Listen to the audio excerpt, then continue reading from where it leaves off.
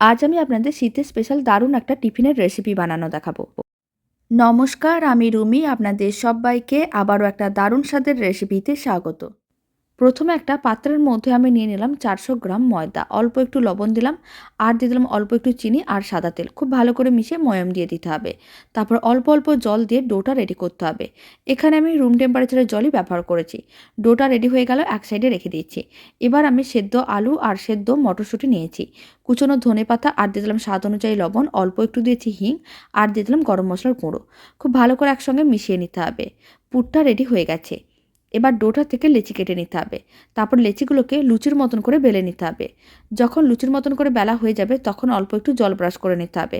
আর এইভাবে পুরটাকে এক সাইডে রেখে খুব ভালো করে আটকে নিতে হবে। সমস্তগুলো রেডি করে নেওয়ার পরে গরম তেলের মধ্যে দিয়ে ফ্লেমটা মিডিয়ামে রেখে উল্টে পাল্টে লাল লাল করে ভেজে নিতে হবে। তাহলেই রেডি হয়ে যাবে দারুণ স্বাদের এই রেসিপি।